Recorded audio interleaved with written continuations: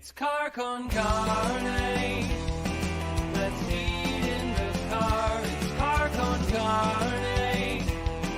And now here's the star of our show, James Van Alstad. This is like a TV commercial. You're looking at the cheese dripping.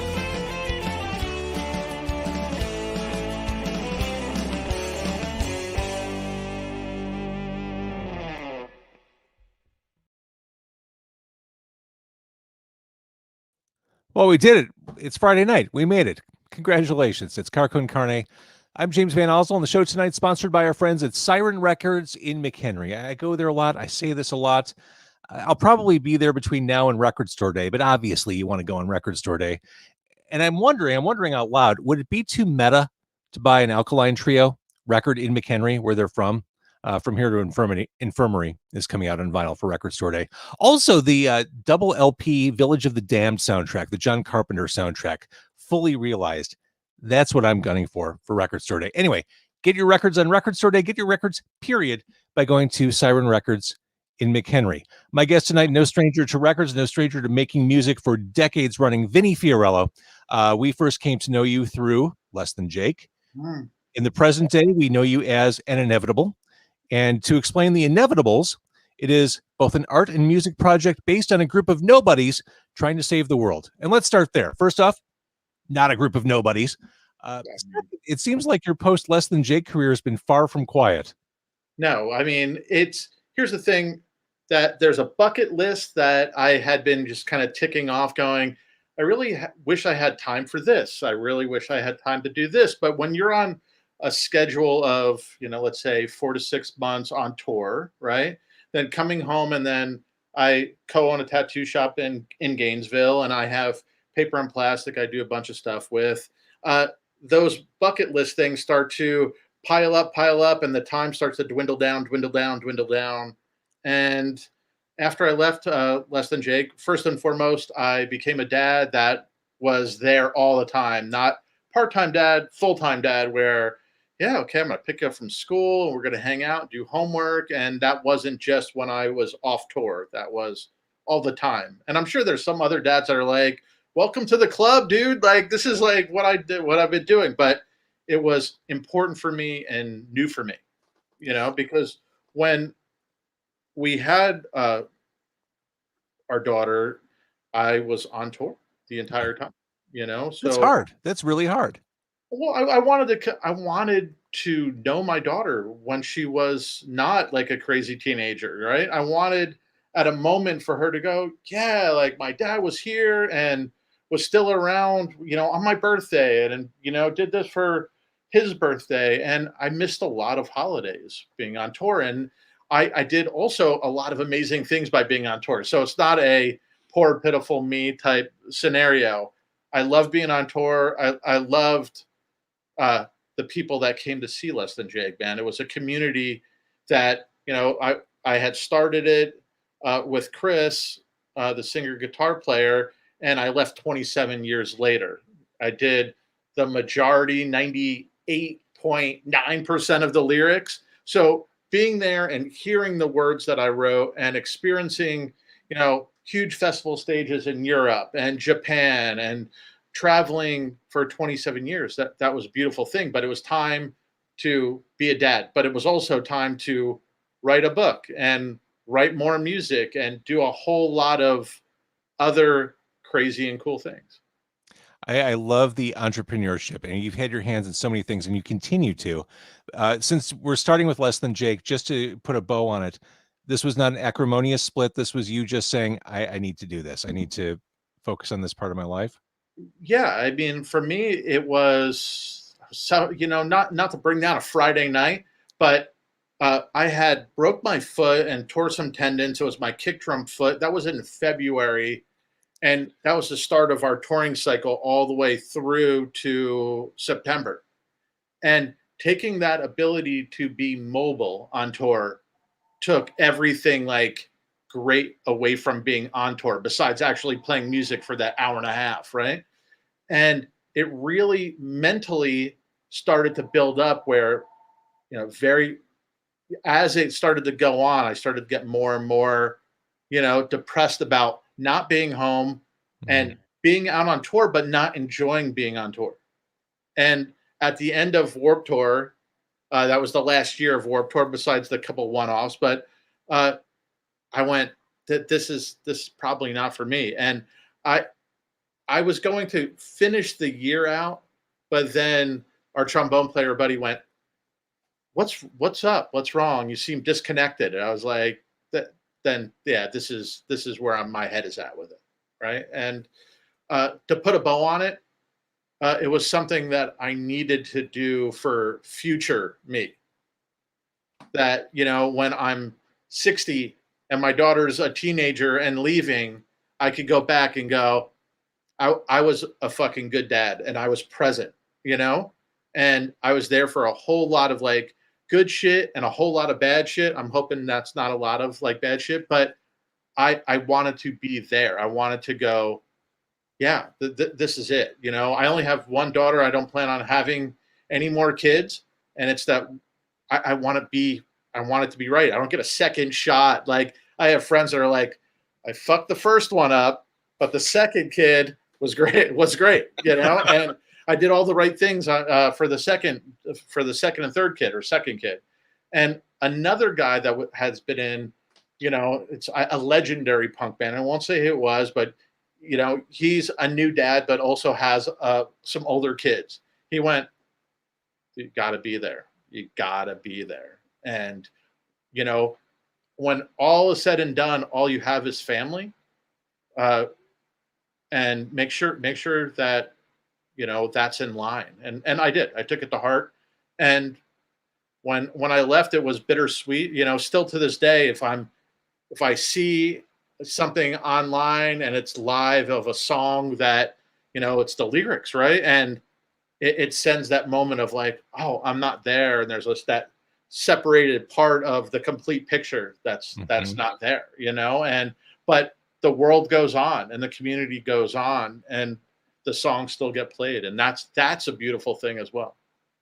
We're getting a weird echo. Maybe it's on your end. No, I don't hear it at all. I've always perceived touring as awesome as it is, as fun as it can be. I've always perceived coming off the road as like a deep sea diver needing to decompress slowly to not get the bends. Like you can't just go from "I'm off the bus, honey, I'm home." Like you almost need like a neutral period in between those two life experiences. Yeah, and there's not, right. You're home, and now it's turned for your wife or husband, whatever it is, to have a breath because you are home. Instead of a single parent, it's a unit, right? And my wife, when I left, was a single parent, right? So when I came in, I was jumping into the deep end, like no matter what, no wading in. And not only that, I would come home and I have Paper and Plastic Records. I was doing toys and other things and releasing records for other bands. But also the tattoo shop where I'm at, we have to check in and sit down and make sure that putting out this fire and talking about the future of what this is going to be. And it never stopped. And not that that's a bad thing. It just became, I need some time to do the things that I really want to do. Being a dad being the first one, but doing a book, which I did, 619. It was a book of short stories. I also finished a novel that's in my second edit right now from the editor. So we'll see.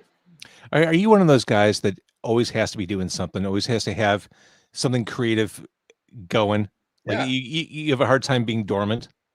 I think that early on, well, not early on, but in my mid-20s, I went to the doctor. I had really bad headaches. And doctor went, "Let's get an MRI and let's see what's up." And it came back and the doctor said, "You have this pituitary tumor. And it could make you go blind and it could be bad. And you have to take this medicine for it."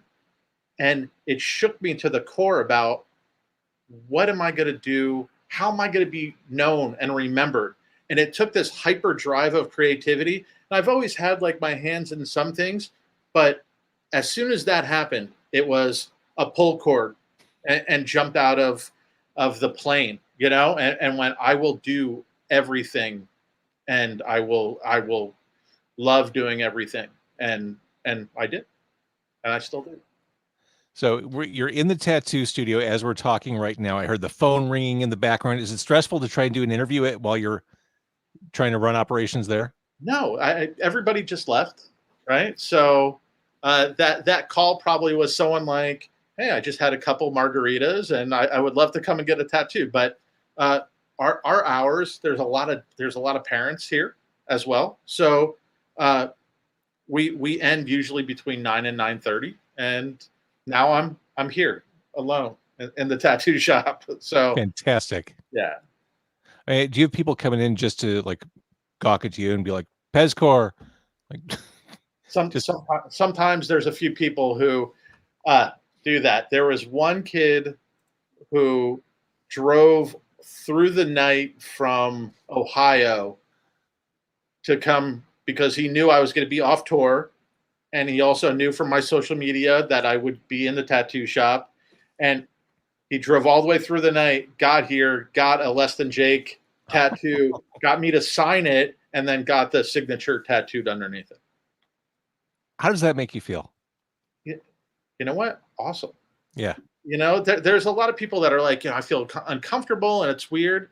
I don't. It's been 27 years. And if I could get that guy's name tattooed on me, going, that's the guy who drove from Ohio, I'm going to put it right here and not be a total lunatic about it. Like, I would do it because I feel that, as a fan of music and a fan of art, I am a fanboy. Like when I meet somebody and go, oh my God, like I love what you've done and what you do.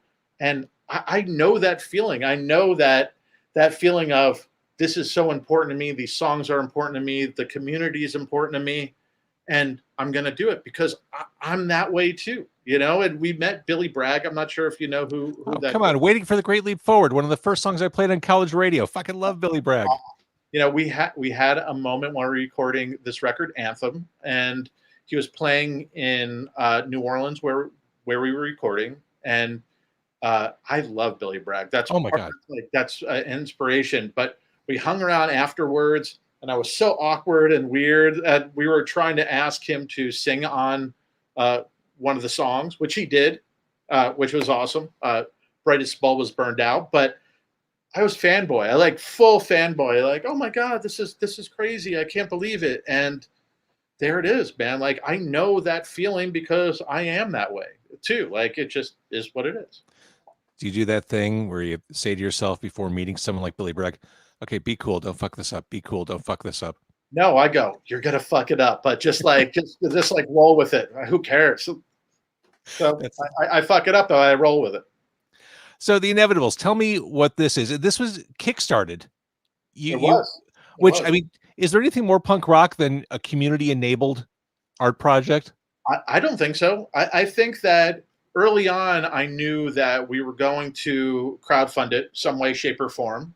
And we thought that coming out of kind of nowhere, no one knew what it was. We weren't teasing it. And just going, hey, this is what it is. This is what we've been doing. Thought that crowdfunding was just the way to go, right? But to go back a little bit, maybe about 5 years ago, Less Than Jake was on tour in Japan. And in a fevered, like, weird dream of walking around and being jet lagged and looking for coffee, I thought, I would love to do a record and not doing like sort of like a rock opera, like a Green Day would do or whoever, but I wanted to do the music that would be a soundtrack to the comic book. And I went, okay, cool. Like, wrote it down. I had the idea about, The Inevitables. It was a little bit longer title then, but okay, this is what it is. And kind of scribbled notes down and got my head together. And then we left Japan to go to Hawaii, and me and JR, Less Than Jake sax player, went out for coffee. And after that string of shows, we were going to go home and start writing a new record for Less Than Jake. And I went to him. I go, you know what? I have this crazy idea. Like it's this and this and this, and it's a soundtrack to a comic book. It would allow us to sort of branch out under the umbrella of what we do to kind of hit different styles for these things. And he looked at me over coffee. He was like, I don't get it. And I went, all right, you know, you don't get it, you know, and that's cool. I have notebooks full of things that other people don't get and that are just written there. And it was forever gone. And in a notebook, and I was cool with that. I wrote some lyrics for it and everything. But my friend Obi from Westbound Train, after I left Less Than Jake, you know, we would talk, you know, every couple days. Hey, what are you doing? Oh, this and this and this and this. And then maybe after a month and a half, he went, what are you doing? And I went, you know, I'm doing this. He's like, no, but like, what are you doing musically? I go, I'm not doing anything musically. Like kind of, you know, like swore it off. He goes, but really, what do you have that thing? And I said, I have this idea. We didn't use it. And this is what it is. He goes, you have lyrics? I go, yeah. He goes, send them over. So I sent him over. He goes, I have the perfect person to help us with this, Alex Stern from Big D and the Kids Table. And I went, okay, whatever. 2 days later, I get a almost fully realized demo of a song called Fort Lauderdale. Yeah. And I went, this is fucking great, man. And I laid everything on the line and we decided, okay, we're going to start writing for this. We're going to start figuring out how to do the comic book. We're going to start just writing the record. But early on, we decided that it wasn't just going to be that record. It was going to be EPs and other bands that were in the world, which we did. Who'll Meet Me at the Gates is another band, and it's completely different style. But us three wrote it, and Zach from this band called The Pears sung on it. But that's literally a band taken from the comic book that's in the story, pulled it out, and we wrote songs for them. So you could tell what it was. This is high concept. When I first heard the concept, maybe you're a little younger than me. I don't know. But when I was a kid, I remember Power Records, which were 7-inch singles. And they were soundtracks and like performances of Marvel and DC comic books that you would follow along with. That's the first thing I thought when I heard about The Inevitables. This is very different, but I like the idea of following along with the graphic novel and the vinyl or digital, whatever. And we wanted it to be this thing where, okay, the music is kind of, you have a vibe off of it, but here's the plot, right? And here's sort of the overarching story and characters. We wanted it to meet, right? So someone reads the comic book and has the music and goes, okay, I understand it, you know, where it takes place at any point in time, Fort Lauderdale. And Fort Lauderdale, in our case, and sometimes in real life, it has this sort of grime in paradise thing where it's like dirty and old and there's a lot of crime, but it's beautiful and the sunsets and there's, you know, these, multi-million-dollar houses that are on the beach, and it becomes this sort of the have versus the have-nots. Mm-hmm. And that's if we dropped right into that, we went, there it is. It's the haves versus the have-nots. But now we started mixing in some street level drugs and some other things about 40 days left of the world, you know, and these group of nobodies trying to save the world. So it's just wild considering that we knew that we were going to world build early on. So we decided that we're going to do dub versions, and we decided that we're going to do spoken word, and we decided that we're going to do, you know, other EPs and invite a bunch of guests. And we've done that, and we have a lot more that we actually have recorded that between now and February of 2022, it'll be The Inevitables, pretty much. We'll bounce around a little bit because you just recently released the Versions EP, which is 6 new versions of The American Me and Me. If you're not paying attention, they really do sound like 6 different songs. That on purpose. Right. I mean, it's mind-blowing. Great Again with Dr. Ringding, that voice. Yeah. Oh, man. That ska dance hall voice. So deep and gruff. That's a great way to kick that off. You also have Blueprint, I think is my favorite of the bunch. Yeah, it's a good. It has Linval Goulding from the Specials doing the hook, and then it has Pierce Freelon doing the spoken word, and uh, we didn't really kind of in the back of our brain didn't go like, okay, it has to be kind of fun, and we didn't give any limitations or kind of guidance. But what came back were these like politically charged like versions of these songs, and it was just timely and so cool to get back. And when everybody was on this kind of collective consciousness of these are the important things that we need to talk about, it was cool, man. Well, I was listening to the EP I think it was last weekend. It was like 80 degrees in Chicago, windows down, driving down Lakeshore Drive, listening to More Power. I'm like, hearing the bass on that. I'm like, this is exactly what I want to be listening to in weather like this. This is just the right vibe, right everything. I think so, and thankful. I'm thankful for the outlet of the Inevitables, right? Like where we go, we want to do a rap tinged thing. We want to do a dance hall, super guttural dance hall reggae, and it lends itself to all of it. And that's what if you take the pin and you go all the way to the beginning, that was the important thing to do. That there's an umbrella of ska music and reggae music and punk music, and we want to do all of it. And we are. And they've always all worked very well together. That Venn diagram has always been very clear. Brilliant. That diagram is brilliant. And I love just the full-bodied vision of this. You're not just pumping music onto Spotify here. It is this immersive almost experience. And two things that will lend itself even more so, I think, that next week we have an animated video for Mr. Bored to Death off LP1, right? So that's coming out, and it gives that like motion to the comic that you go, I understand it now. If you're not a comic book person that you are passionate about it, when you see that, you'll understand what we're going for.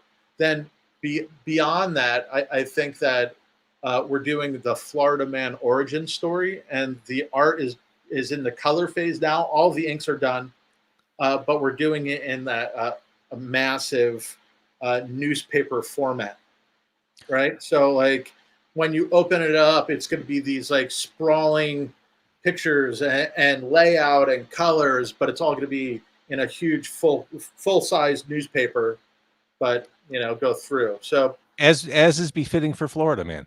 It really is, and it's also kind of fitting for something about the end of the world, right? Like you want to have extra read all about you're fucked in 40 days. So as you're describing this, for people who haven't experienced anything about the Inevitables yet, I mean, this is like catnip for dudes. You're talking about comics, you're talking about music, you're talking about all this stuff. I mean, what's not to love? You know what? We have some resin toys of Florida Man, and we have like some masks that we're gonna do, and we have a whole set, but it's geared towards the things that I like and we like, right? It's music and it's art and it's toys and it's the whole universe that we're trying to build. And sometimes you're like, wow, that's heavy. That's a heavy lift. And other times you're like, this is brilliant. The freedom that it's allowing is a godsend, man. Like, and where you go, we want to do this. All right, cool. Let's do it. And let's try to do it. You have to love a project that gives you the ability to play a festival or do C2E2. Really, either one makes sense. Yes. Either is viable for the Inevitables. You know what's crazy is that we haven't played our first show yet. Obviously, COVID, right? And but when we do, the insanity will be brought, because we started to kind of formulate what that's going to look like and what that's going to be, and it's definitely a festival environment type thing. Like maybe it'll be cool in a small club, but it's going to be super cool on a large stage. I'm sure as you've been sheltering in place-ish over the past 14 months, you've just been mad scientisting all kinds of shit. Yeah, totally, totally. I think by the time if all goes well, by the time that February of 2022 comes, we'll have 50 songs out and Amazing. 3 full-length comic books and 2 origin stories. That's prolific. That's fairly prolific. We've been going at breakneck speed, man. So to slow it down, just for people who are watching or listening to catch up, I mentioned the Versions EP. Versus the Youth City Sound System came out at the beginning of the year. Yep. And then moving forward, you just said it's just the floodgates are open. The floodgates will be opening. We have 2 lovers rock reggae songs that we're going to announce the label that it's going to be on, but it's on another label. It's not on Specimen. So we're going to do a 45 of that. And then beyond that, we've been working on another where it's the flip. It's U City Sound System versus the Inevitables. So it's a little bit of a different style and a different vibe, but still the same songwriters. We've been working on that with the guests and the features that are coming along with that. Writing LP2, and then from that we have 3 other songs that we're going to be doing split 7 inches with. The songs the first LP1 is coming out in Japan in June. There's a split 7-inch with a Japanese band called The Redemption that's also happening at the same time. So it's a lot. It's a lot. And I've got to think, as you're navigating through getting your stuff out there, you certainly know the business. You certainly know the independent distribution side from your history. Can we talk a little bit about your label history? Sure. I mean, you created a label. I mean, obviously you left Fueled by Ramen in the mid-aughts, but you created a label that continues to reverberate. I mean, you really did, with that label, with the artist that you launched with, you kind of shaped the sound of popular music for the better part of this century. You know what? That's very kind of you. And the beautiful thing is my partner in that, John Janik, who now is the head of a major, right? But he was. I explained Fueled by Ramen in a way of yin and yang, right? Where I was an artist and a creative, but still dabbled in business. And he was a business dude that dabbled in creative. And it was a perfect storm. It was this yin and yang, and it balanced so perfectly that we just started to go. And we were lucky in the respect of not only finding some talent, but being brought really good talent from other managers and labels and things.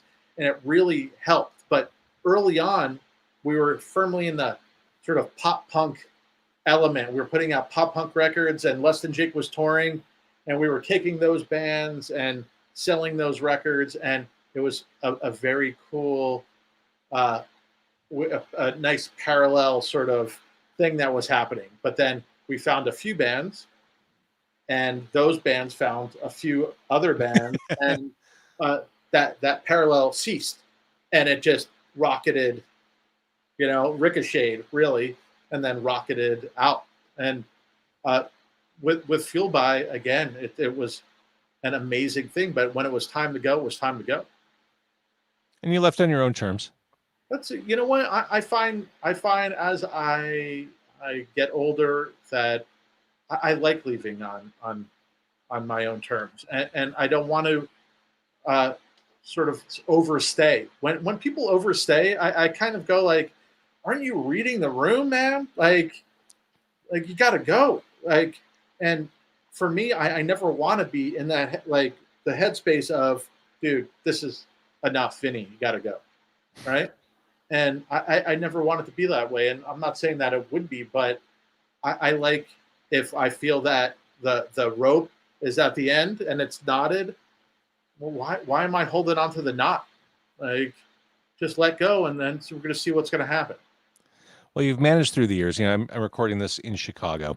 You've managed through the years to bring up, help, support, launch some great Chicago bands. I mean, Fall Out Boy is obvious, but I think about Flatfoot 56 on Paper and Plastic. It was a great band. Great. Obviously, they didn't reach Fall Out Boy levels, but No, what a monster songwriter.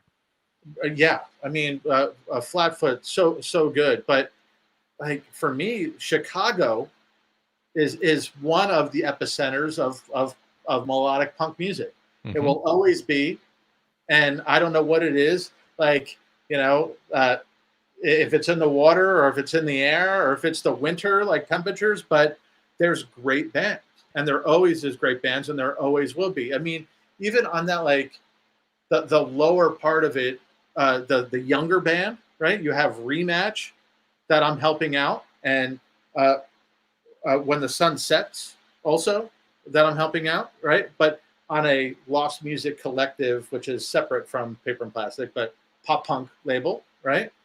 And you have one of my favorite bands, one of my favorite songwriters, AM Taxi, and and for me, that just going to show. I work with AM Taxi, but it just goes to show you that it's in the bloodstream, the DNA, to write good fucking songs and be great bands in the Chicagoland area. It's nuts.